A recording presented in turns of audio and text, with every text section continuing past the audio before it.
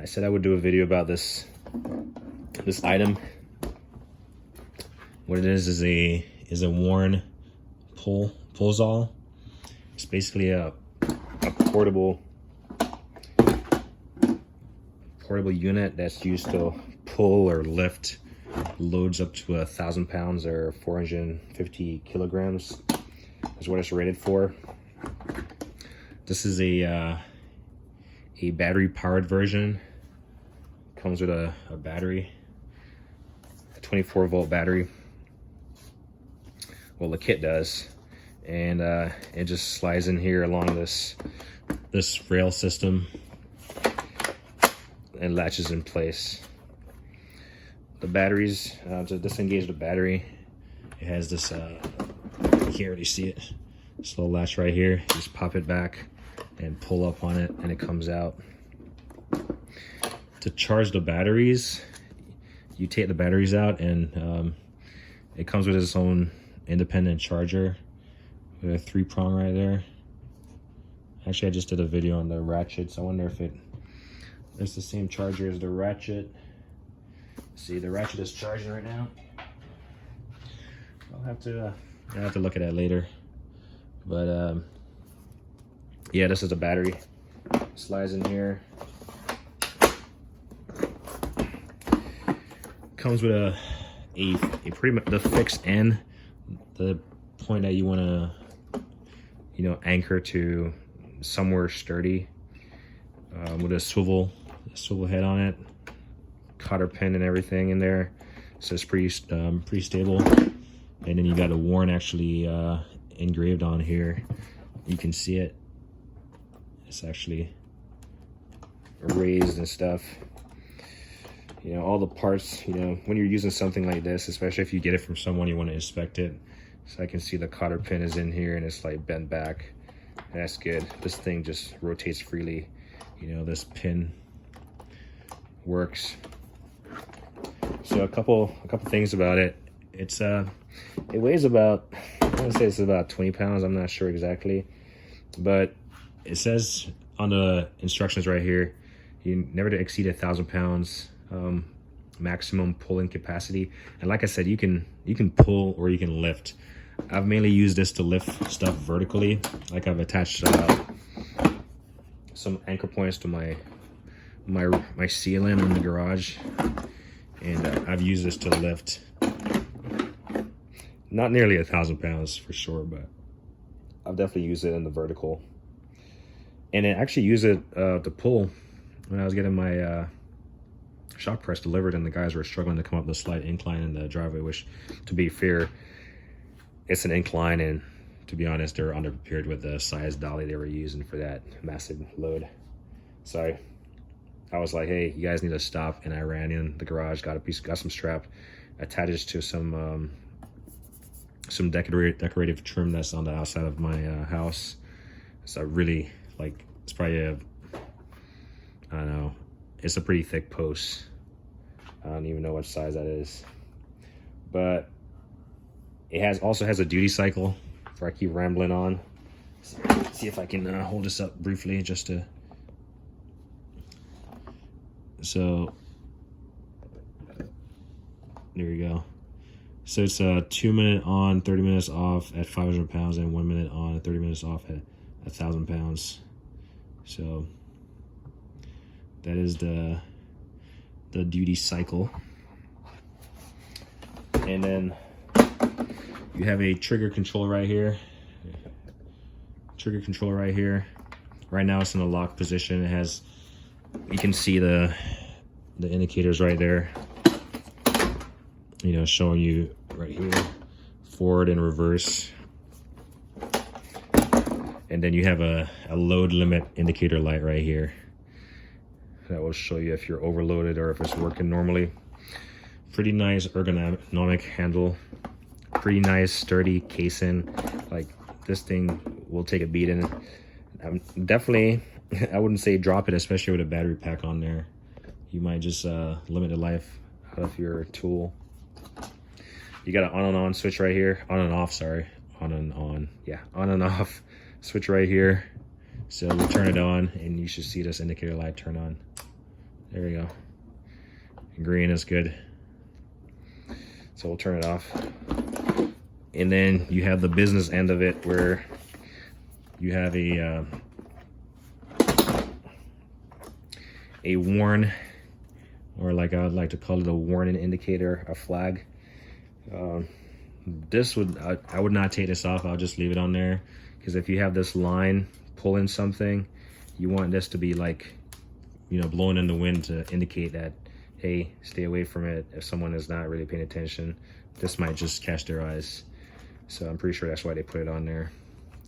And then another, it's not a lock-in, it's not a swivel, but it has a lock mechanism, anchor point here, and this is where the thing comes out. So I'll pull it out briefly. So I'll turn it on, and I'll press the trigger, of course. Press the trigger with the directional arrow.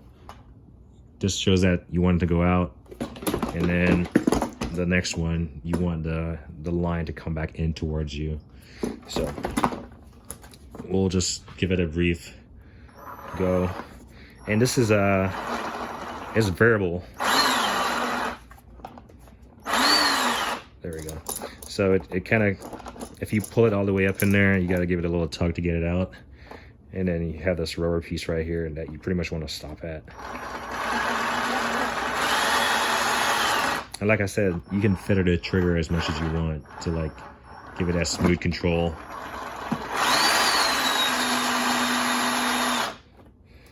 I'm not gonna go all the way out, but this is I don't know, a 1 inch or something. Not a 1 inch, but a steel braided line, or steel braided wire rope, or whatever you want to call it. And it's completely anchored on here.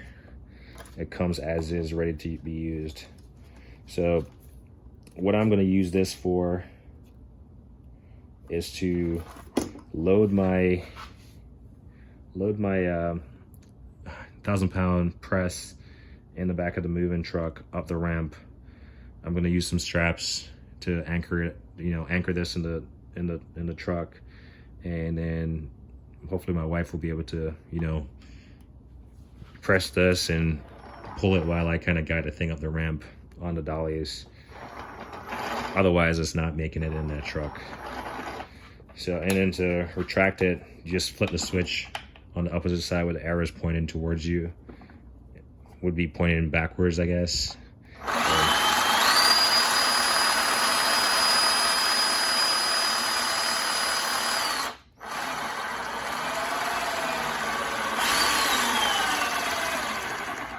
And it doesn't really auto shut off, it looks like. So it's like really tight.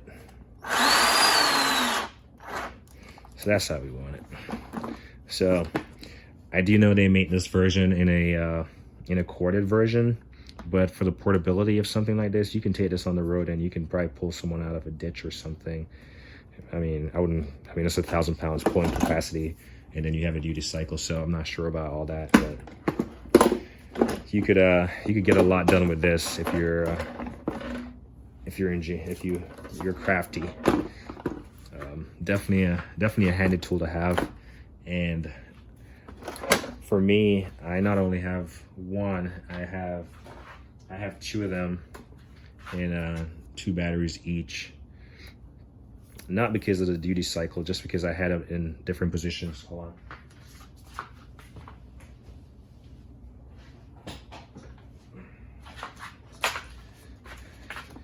So not because of the duty cycle, but because I have them in, they were so portable, not cheap, but they were portable, and I had them installed at different positions in the garage to lift different ends of like different loads and stuff.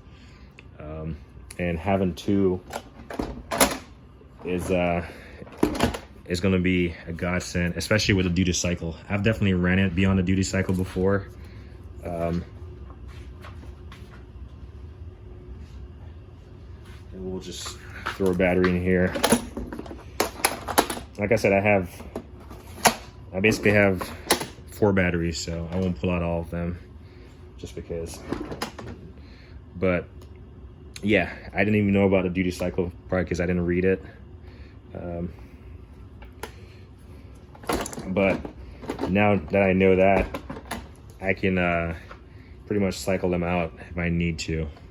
And chances are, I don't want to say it, but I'm probably going to exceed a duty cycle just based on the fact that I'm going to be moving a heavy load, and I'm going to be taking it slow. So it's going to be more than a minute.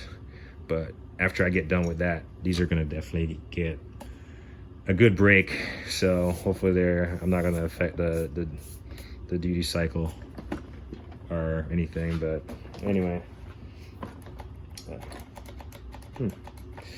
this one is not turning on. What's going on? Maybe I have a dead battery.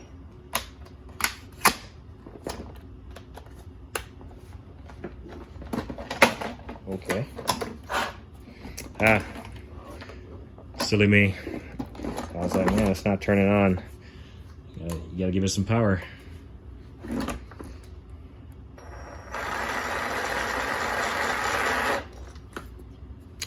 So, pretty nice units to have, and I really don't regret these. I'll turn them off. And I don't store power tools with the batteries in there, partly because my son, he will, anything with a trigger, he's willing to press it, which is kind of scary when you think about stuff like guns. But I don't have one of those at the house. So yeah, I don't store power tools with batteries. That's where I was going with that. But like me always say, like on, don't hit anything.